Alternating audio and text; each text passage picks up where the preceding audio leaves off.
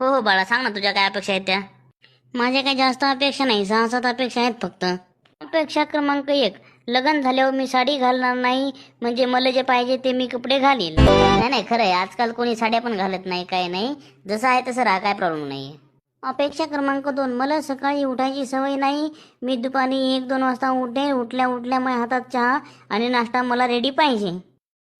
अपेक्षा क्रमांक 3, म्या मागं कटकट किरकिरी लावायची नाही, दर महिन्याला माझ्या मोबाईलमध्ये रिचार्ज करायचं, नेट पॅक संपलं तर 2 GB नेट मारायचं मुकाट्यानं, भणभण करायची नाही. अपेक्षा क्रमांक 4, झाडून काढणे, भांडे घासणे, स्वयंपाक करणे, कपडे धुणे, फरशी पुसणे असे कोणतेच कामं मी करणार नाही, त्यामुळे माझ्या मायापाला फोन लावून माझ्याबद्दल घराने सांगायचे नाही, तसेच शेजारच्या बायाला काही घराने सांगायचे नाही. अपेक्षा क्रमांक 5, मला प्रत्येक महिन्याला 10,000 रुपये खर्च पार्लरसाठी आणि माझ्या संशोकीसाठी मला पुरवले पाहिजे.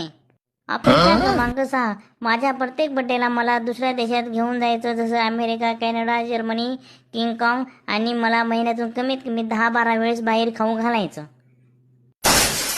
आता अपेक्षा क्रमांक 7, सगळ्यात लास्ट आणि सगळ्यात महत्त्वाची, माझं लग्न झाल्यावर माझ्या नवऱ्याच्या घरचे म्हणजेच त्याचे आई बाप, भाऊ बहीण हे कोणीही माझ्या घरात राहणार नाही किंवा मला कशाही प्रकारचा त्याचा त्रास होणार नाही याची सगळी काळजी घ्यायची, आणि नवऱ्यानं आयुष्यभर बायकोचा बैल म्हणून मी जे सांगेल त्या गोष्टी त्यांनी केल्या पाहिजे.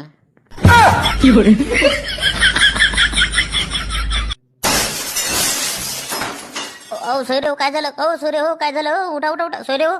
आई बाबा उठा की, पोरीची अपेक्षा ऐकून काळजी करायला का तुम्हाला? उठा ये बाबा, प्लीज चला घरी.